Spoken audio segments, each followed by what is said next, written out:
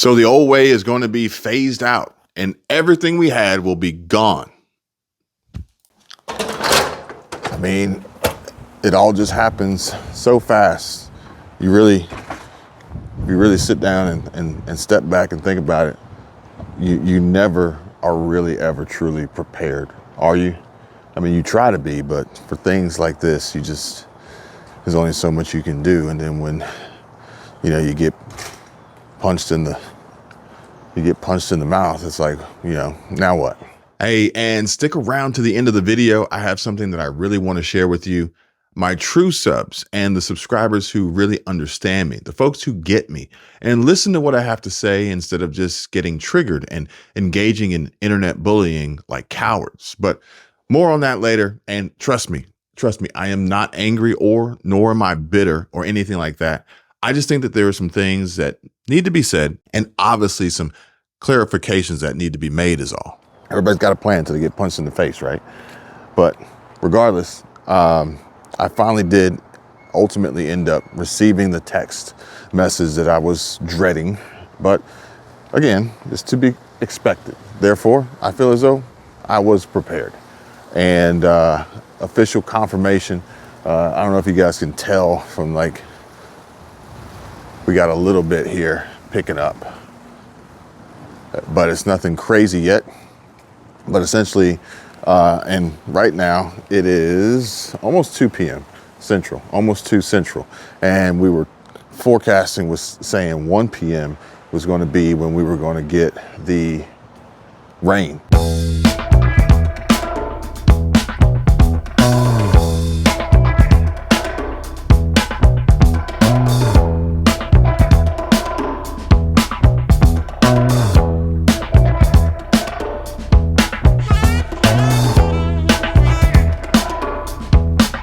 We did at 1, and it's kind of hard to tell.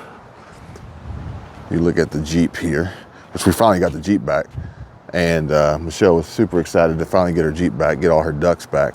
But you can tell the Jeep's wet, and so we did get rain at 1, and you can tell here in the street we got you can see the puddles and stuff.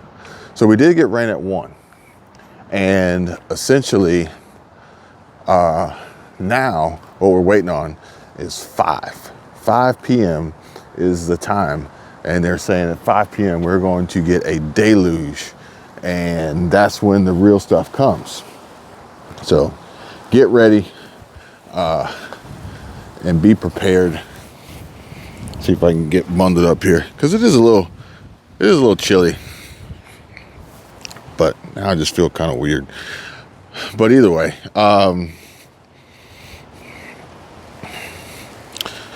the message came through. I can't do this anymore. It's too restricting. I feel claustrophobic in there. So the message came through, and essentially, no school tomorrow. School's canceled because of the threat.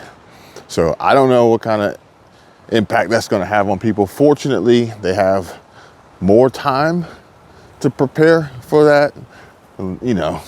It's a county-wide mandate, so maybe jobs and employers will be somewhat lenient based on this weather. But regardless, it will impact people's day tomorrow. So yeah, we're going to Michelle, she's got a live stream today at 5. She's still going to do that, but she's also bracing for the possibility of losing power. So maybe the live stream gets cut short. We're going to make sure we got all of our devices charged up as best we can, just in case. And, be ready to ride this one out. Maybe it ends up being completely uneventful, but only time will tell. Now, I got to tell you guys, I really, really admire this BMW M2 competition, and a little piece of me kind of wants one, but not the most practical vehicle. Now, unfortunately, some other folks are experiencing pain as well and loss. I'm getting more and more people contacting and reaching out, asking for coaching, mentoring, guidance, consulting, counseling, trying to book and schedule and essentially hire me to help them get somewhat back on track. Reason being is because they too are creating content on YouTube, but essentially they feel as though they have almost been theoretically, metaphorically speaking, fired because of their content. Now, granted, we did talk about some other folks' channels this morning and them being demonetized, removed from the platform, taken out of the YouTube partner program, their videos being removed and deleted off the platform, various strikes and whatnot. And basically what it boils down to is there's some folks out there that are saying, hey, Kevin, look, I hear you. I don't know where you came from. I don't know how you popped up on my feed, but my channel is suffering and I need help because I need to get my views back up. I need to get my subs back up. I need to get my revenue back up. I need to get more sponsors. I need to get more affiliates. I need to get higher conversions. Can you help me? While also others tuned into the live stream, the single mom with 1-year-old live stream, times are tough right now. And we're saying to themselves, and inevitably now coming and contacting me through various channels, all my contact information is in the description, and they say, and I can't believe it, I finally caught a break from YouTube, and it took almost 3 days for the review to be completed, but they allowed my video to be viewed without restriction. And I don't even know why they flagged it to begin with. I don't know, maybe must have had too much truth. All right, I hear you, Kevin. You're speaking loud and clear. I've procrastinated. I've put this off long enough, but I need to go ahead and solidify some sort of backup plan just in case. And for those people, I think they're in a really good spot. I think they're in a great spot. And this is still a great time, great opportunity. Do what's hard when it's easy, okay? However, for others, I'm seeing them, unfortunately, go down a less desirable path and a route of what I can only describe as last-ditch desperation and the types of content that they create and the videos that they're trying to make, only to try and trick the algorithm into stimulating some sort of boost, which if they ever were to receive it would be short-lived. And I can tell you guys right now, the biggest problem that I'm seeing is the problem in the type of content that you create and upload and essentially deliver. When you look at the size of this truck, you look how gigantic this truck is. It's a damn mega cab, but this joker has got to be on a damn 6-inch, 8-inch. Thing's huge. That tow hitch. That'll blow your damn shin out if you ain't careful. This used to be a big tow hitch. That joker back there is massive. But either way,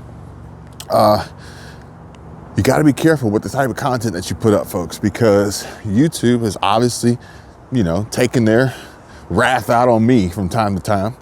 And I'm not the only one, but I'm also not immune. And there are certain topics, there's certain discussions, there's certain conversations that YouTube doesn't want me to have. And when those are had, then I disappear. And that's when people say, I've been unsubscribed from your channel and I've never unsubscribed from your channel, or you're no longer popping up in my feed, or when I search for you, I can't find you. So yeah, not to mention YouTube cutting out, killing my audio on certain live streams when we're having certain discussions and conversations that are ultimately just helpful information, knowledge that people should have to be best prepared and ready for what's going down, what's happening. And YouTube doesn't like that. Ironically, Michelle and I went into it a little bit on the live stream today, so if you haven't seen it, go check it out. But they play this game. It's like a two-sided, two-faced game, and they flip back and forth.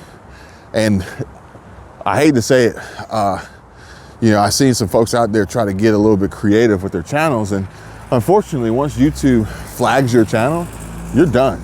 You're stuck, you're trapped.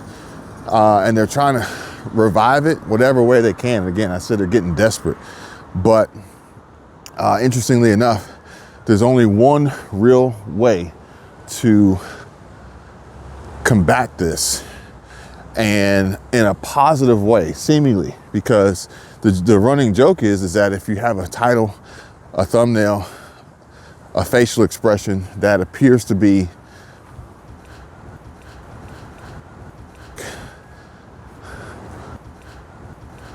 then you're good to go. But if you actually use the thumbnails that YouTube provides to you that are smiling, I'd be willing to bet YouTube picks this as a thumbnail. I'm gonna throw it in the video when I'm done to see if I was right. Checks are still running. We're gonna find out here in a minute what thumbnail options YouTube picks for this video. See if I was right. Moment of truth. Let's see what they picked. We got somewhat of a smile, big smile, no smile, but that's the number one. That's the one they picked first. Was I right or was I right? Your video's not gonna go anywhere.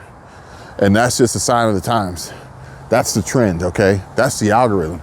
The algorithm is the audience. Replace algorithm with audience. Replace algorithm with people. But there is one way. There is one way around that. But it has to be done on a brand new channel. You have to start a brand new channel. So if you already have a channel and your channel's not doing well, and you want to increase your reach and get back on track to earning more money, theoretically, then you have to start a new channel. But the outcome may be less desirable, but it's really one of the only other ways that I have seen work. And I have been monitoring this and watching this for a very, very, very long time. And let's just say it's I'm trying to remember the terminology for it, but it's a non-traditional. I think it's non-traditional. I think the word was like non-traditional revenue or income or occupation or something like that. And essentially, it's how they describe people who make a lot of their money, pretty much all their money from like OnlyFans and things like that. So if you're willing to do that, then odds are you could easily start crushing it and start killing it and presenting these types of images. You'll have to include other things with that, but in essence, that's the only way I've really seen it work outside of what we got to deal with today, unfortunately. So the word that I was trying to remember was informal. Informal income. That's what it was, informal. Now it's interesting because as we talk about income, we got to address the elephant in the room. And that elephant in the room is, in fact, the money itself, because we are barreling down this path, this hill, rolling at a high rate of speed, no brakes. You see how much they got cleared out? You see all that? I was out here the other day with the Kubota, the Bobcat was running around doing his thing. This is all the trash that was in there. Look at that. Look at all that trash. There's somebody's box right there. It's got like a little styrofoam cooler. All their worldly possessions. That place is cleared out now. I thought they were going to take down some trees. Oh, that's probably what they did. Okay, that makes sense. All right, so I don't know if this is pre-planning or if this is just a push by the county or the city or the mayor or Bobby Wallace. Bobby Wallace seemed like a cool dude. But I think his name's Bobby Wallace. Something like that. Seemed like a real cool dude. Local guy, now the mayor. And I'd be willing to bet that they cleared it out on purpose. And it's to drive out the homeless. And the reason why I say that is because now you can clearly see in there. I would be willing to bet that all these surrounding businesses and apartments and everybody else and the owner of this land, I bet you that's what they did. Because you can't do anything with this. They didn't take down any of the trees, they just cleared it. And I'd be willing to bet that's what they did. They did it so they couldn't hide in there anymore. It's crazy when you think about it. But hey, you know, this is why I think it's so important we have these talks and these conversations and these chats, because I don't want to ever see any of you guys in a situation where that has to be your home, and it can't be because somebody has cleared it out and run you off. I don't want that to ever happen to any of you. I wish nobody had to worry about that, but this life isn't fair. I'm going to be 100% honest with you. This life isn't fair. But at the end of the day, I do need to share with you some more information, which is, in my opinion, the direction we're going, the path that we're going down, and the fact that, you know, we're going to eventually, pretty soon here, no longer have any money. And I'm not saying that we're going to be broke, although they would prefer that. They would like that. They would like nothing more than for us to be dead broke. But we're going to slowly start to phase out physical money. And I'll explain to you my reasoning behind this, besides some of the other videos that I've made and conversations and chats that we've had in the past. But there's already signs and indications of this happening, and you know, we would be naive to think that it's not coming, and we mustn't ignore the warning signs, folks. Okay, if you got questions, reach out, feel free, let me know. Click the link down below. Make sure you get your guide to get started, because the future of quantum security and threats to our banking and our bank accounts and our money, our credit. I'm talking about the existing credit, like the standard credit bureaus and the TransUnions and the Equifax and the, oh man, what's the other one? TransUnion, Experian. I'm not talking about the social credit, the ESG, which ESG is environmental social governance. That, whew, yeah, that's gonna be a huge problem. But regardless, the situation at hand is they are going to eliminate physical money as best they can. And they're going to do it by way of intimidation, and they're going to put the squeeze on people and businesses to incentivize this push for digital. They're working with these tech companies, foreign and domestic. A lot of them are in bed with China. They don't want to admit it, but China is actually behind, and partly behind, creating our central bank digital currency, our CBDC. But they're going to tie this in with the smartphones. Everybody is dependent and reliant upon technology, and it starts and stops with a smartphone. And they're now pushing for no more physical paper, not just money, but no more physical paper IDs, no more physical paper driver's licenses, no more physical paper passports. I mean, we've even got digital license plates now. I think they're called digital license plates or virtual license plates. Yeah. So they're making a push away from it.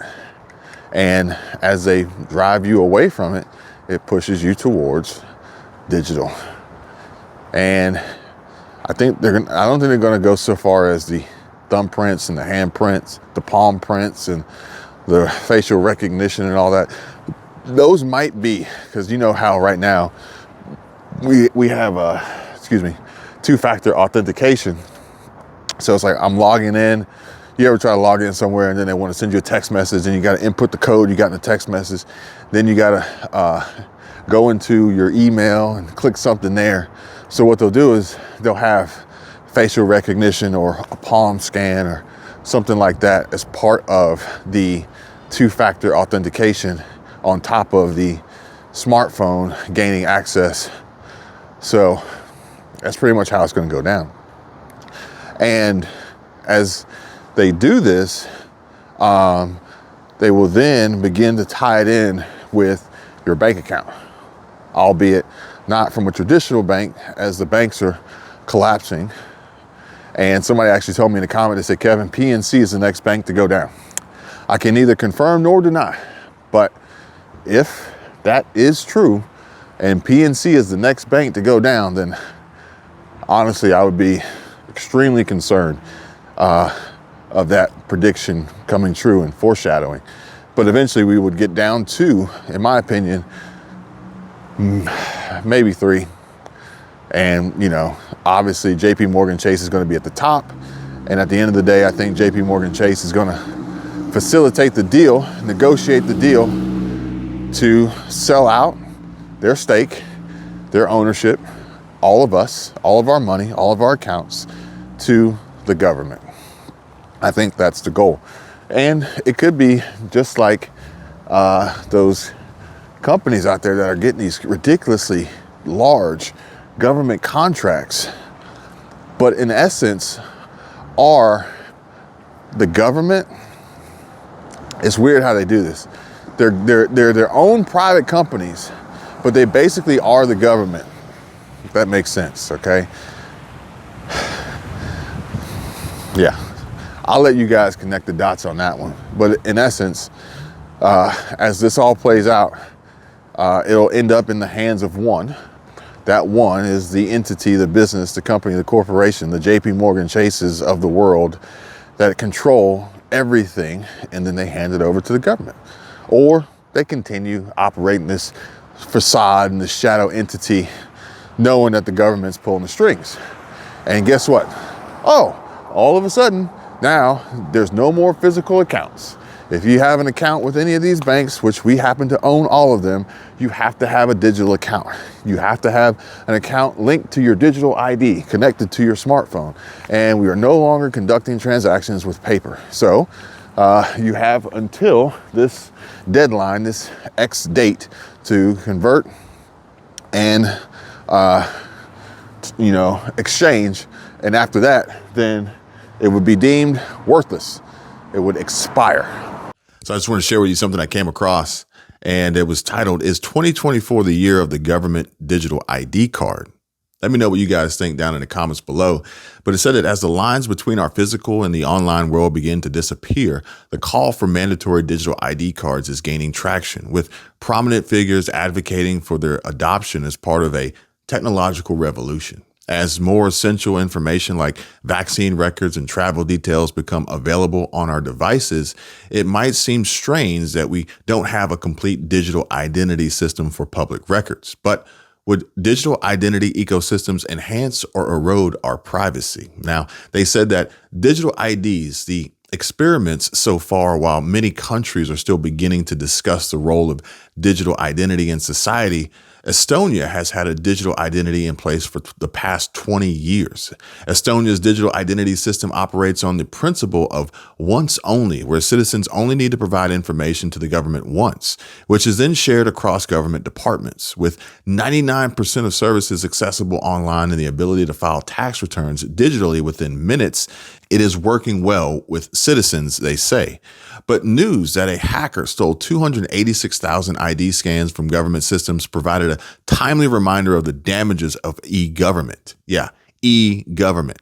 Elsewhere, India's Aadhaar, a pioneering biometric digital identification system, has reduced government fraud by a remarkable $9 billion over 5 years and provided a secure and efficient means of identity verification for over 1 billion citizens.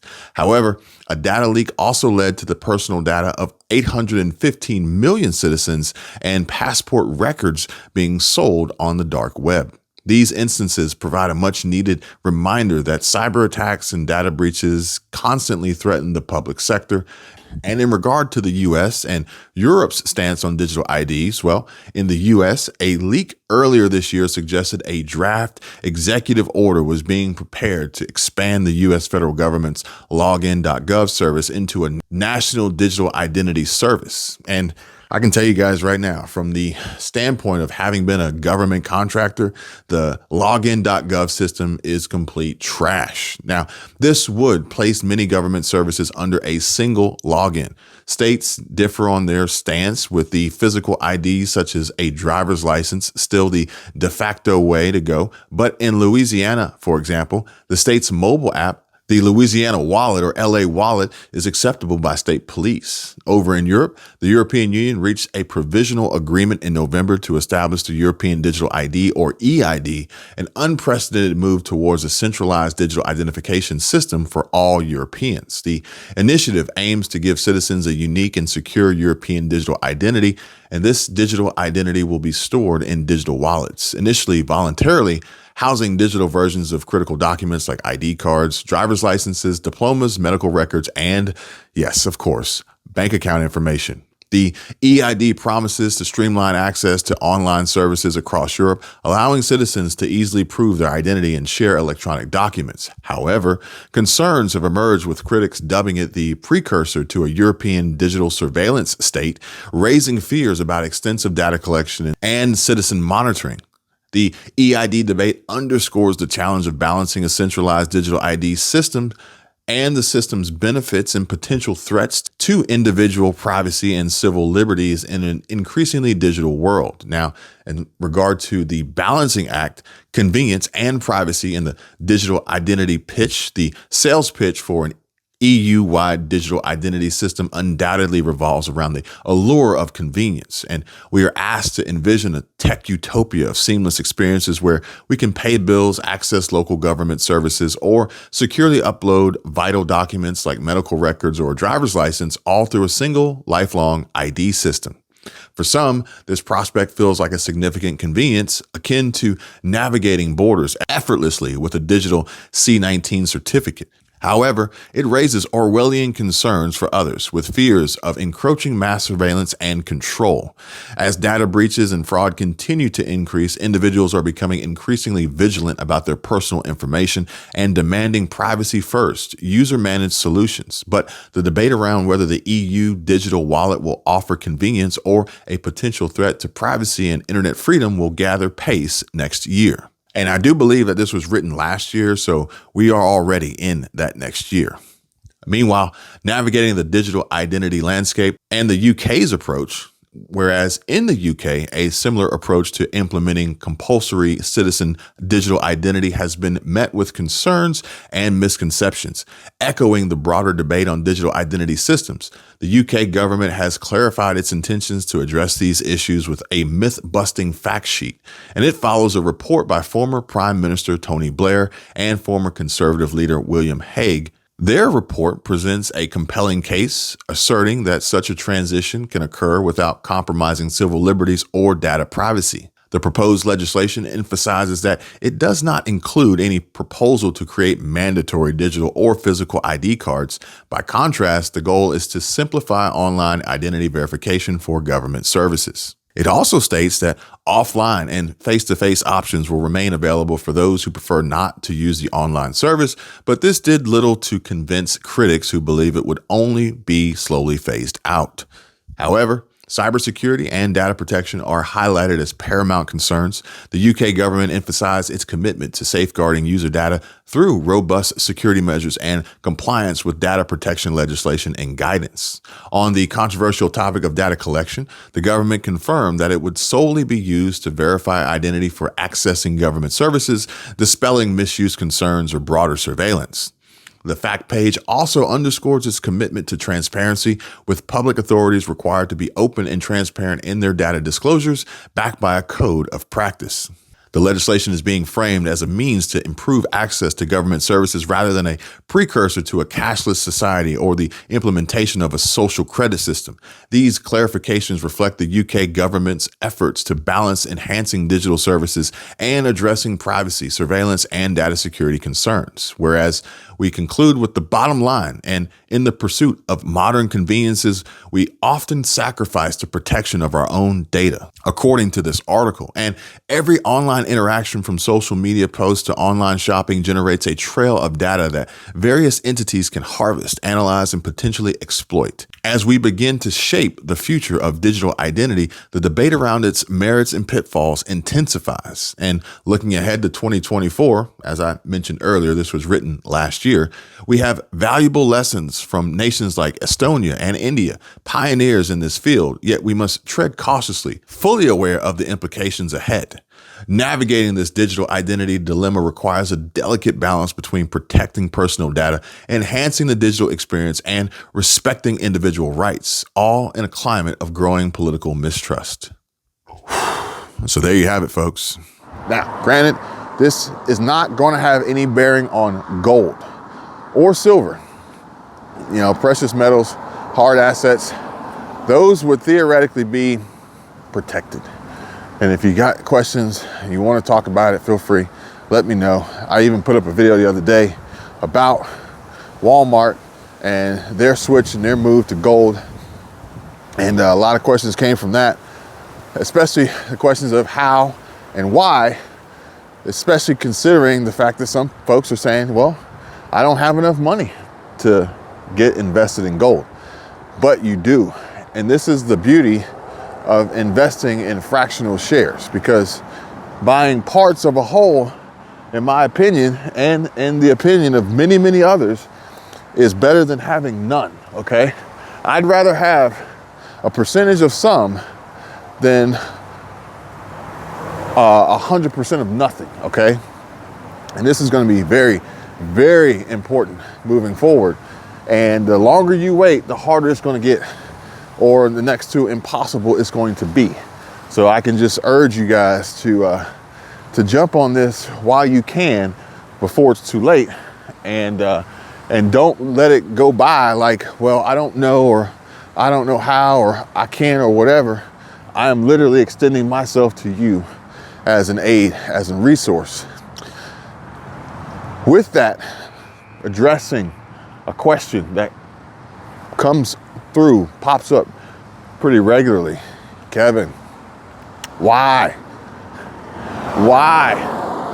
Why would these companies want to exchange the best hedge against inflation, the greatest protector of stored value, gold, silver, primarily gold, in exchange for these dollars that are worthless, or essentially will be worthless, will be eliminated, will expire?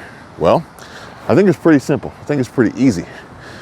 And it's just like we discussed again the other day on another video about liquidity. From non-liquid assets like property, vehicles, or jewelry, which may take longer to sell and might sell for less than their true value. And some key points about liquid assets is they're either cash or can be quickly converted to cash, okay? Including stocks, bonds, mutual funds, US treasuries, money market funds. They are used by both businesses and consumers as a basic type of asset. Non-liquid assets, on the other hand, are harder to convert to cash quickly, like real estate, which can take months to sell and might not achieve its market value. Not to mention you got to pay the realtors their fee and their commissions. And when the system goes down, when the grid goes down, when credit cards and debit cards don't work anymore, you're not going to want to sit there and try to barter real estate. Hell, you're not even going to be able to process the paperwork through underwriting and through the attorneys and the title companies to sell real estate at that point either, let alone that transfer will be conducted by a wire transfer. And if the banks are down, there goes your wire transfer. So remember, this is in order to liquidate your stocks, you can easily how they are going to convert into other forms of liquid assets Therefore, they can sell you gold in exchange for your cash. That cash, guess what? They're not going to sit on, okay? That cash, they are not going to sit on. They're going to use that cash in a way to reinvest, and they're going to deploy that cash back into the market, and that could potentially bring them back more gold, or diversify their position into other assets that are going to prove to be far more valuable in the future than cash. There's a long list of these potential assets that could be more valuable than cash, which if you are in a position that you can invest in as well. Now, the key here is diversity, because there's no end all be all, okay? But it's a little bit kind of like Vegas, right? A little bit like gambling on a casino. I was gonna say on a cruise ship, but in a casino, cruise ship, Biloxi, don't matter where you are. Atlantic City. I'm not much of a gambler, but I understand how the premise works, okay? And essentially, you gotta look at it like roulette. And you wanna spread your money around the table. And then that way, you have multiple chances of winning. By having multiple chances of winning, it can also, in theory, reduce the likelihood of losing. So, if we look at it from that aspect, that standpoint, well, I'm gonna take my cash and I'm going to buy gold.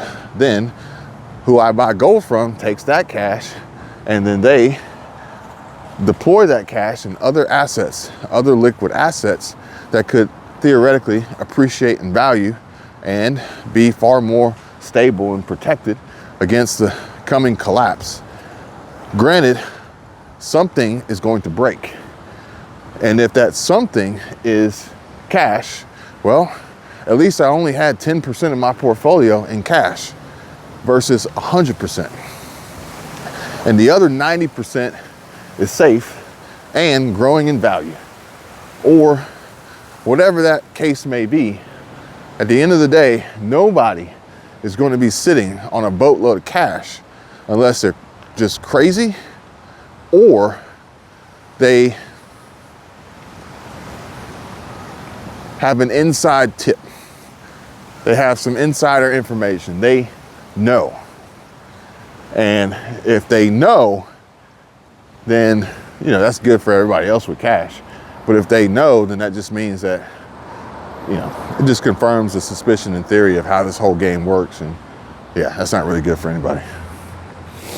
So I gotta admit it, I don't believe the lies, because if you knew anything, then you would know that I am entirely against this system, okay? But I am in fact awake and fully aware of how it will go down and play out. And as promised, this is the part of the video where I wanted to provide a little bit of clarity and expand on something, a comment that I received here recently. So here goes. But honestly, I don't appreciate your approach. I don't like your tone and the hatred that you implied in your comment towards me, and therefore I must take action. And I'll share with you this ridiculous comment that I received earlier today, with the caveat being, number one, this is the only place you'll be able to see this comment, and B, your username and profile pic have been deleted from view, much like you have entirely been deleted from my channel. So don't bother commenting in the future, because they'll never be seen since you are forever blocked and banned. And just to set the record straight, I'm right and you're wrong. My channel has always been a good channel. There is no had. But since you're so dense, or just appear to be lagging behind the rest of the class, and quite possibly are hard of hearing and require just a little bit of extra special attention so you can get it, well, allow me to retort. Oh, you were finished? Oh, well, allow me to retort. Story. And I feel like this will forever be the case with Walmart and the inherent danger that they present, as they are such a massive presence and such an attractive nuisance for so many threats and bad actors to target with the high probability of innocent civilian casualty laying in the crossfire, unfortunately. But perhaps this comment that I received on a video that I published just the other day is some foresight and vision that predicts what the future may hold. So a subscriber left me this comment, and PDX650 said, Kevin, I will add one thing, if I may. One thing that only pertains to military installations is that the only way to purchase items at a commissary, a grocery store for the military, is that you have to scan your government-issued military ID card, or CAC, before you can even begin to scan items at the self-checkout. If you decide to go to the standard checkout lane, again, you offer up your ID to the checker to be scanned for purchase. If you're not able to provide your ID, then you can't even purchase groceries. Simple as that. And I think that this is a good idea for civilian markets as well, but really only applies to the self-checkout line. And no ID, no purchase. Better yet, at the self-checkout, scan your ID, and the purchases you make are tied to your ID. And if you are intentionally being deceitful, then the store will now know it and can provide that and prove that you are trying to steal from the business because your ID is tied to the items you scan or don't scan or skip scan or whatever the trick may be. But either way, thank you, PDX650, for your service. And thank you for leaving this comment. And it makes perfect sense, really. It makes perfect sense to me, except only one thing or two, maybe. I see it going a bit further, and allow me to explain. So, number one, these stores will find ways to eliminate loss and mitigate risk. So a bomb threat inside the store can't be good for business, if you know what I mean. And the likelihood that someone would provide their government-issued ID to enter the store and plant an explosive device will ultimately be reduced. And not eliminated, but reduced, okay? B, in regard to theft and managing loss of self-checkout, well, I see this being working out a little bit differently, only based on previous stories and things that our government has been working on, and linking the system to CBDC and your personal government ID through a digital ID, and possibly even being attached to your smartphone. But at the end of the day, there will be a direct connection from you between retailers like Walmart, the government, central banks, and law enforcement. So imagine where you go through, or you just want to enter in a store, so you have to scan in, and then you want to make a purchase, albeit not entirely forthcoming with everything you're scanning and what you're paying for. But it doesn't matter because it's all linked and tied to your digital ID, and it's all linked and tied to the central bank. It's all linked and tied to central bank digital currency, or CBDC, but most importantly, it's linked and tied to your smartphone. So not only can they get their money, but they can also find you whenever they want. Plain and simple. Now, folks, honestly, I think we're headed towards a real-life Demolition Man, Total Recall, Minority Report, Enemy of the State, Eagle Eye, Blade Runner, Inception, generative AI based future where you own nothing and will be happy. Eat the bugs and forever rent. And a world where we are treated like criminals and are guilty until proven innocent. And unfortunately, for those who choose, a McDonald's cheeseburger will cost you $35. These are the warning signs that we have been talking about all along. Please stay safe, stay smart, stay frosty, friends. Keep your head on a swivel and watch your six. And remember, knowledge is the best prep. I'll talk to you guys soon. I can tell you my problems, meditating my silence. But I keep pushing my pen, rotating my stylus. Brokenness feeling like sin, now no breath, low dollar. Used to be left on red, now all the girls go holler.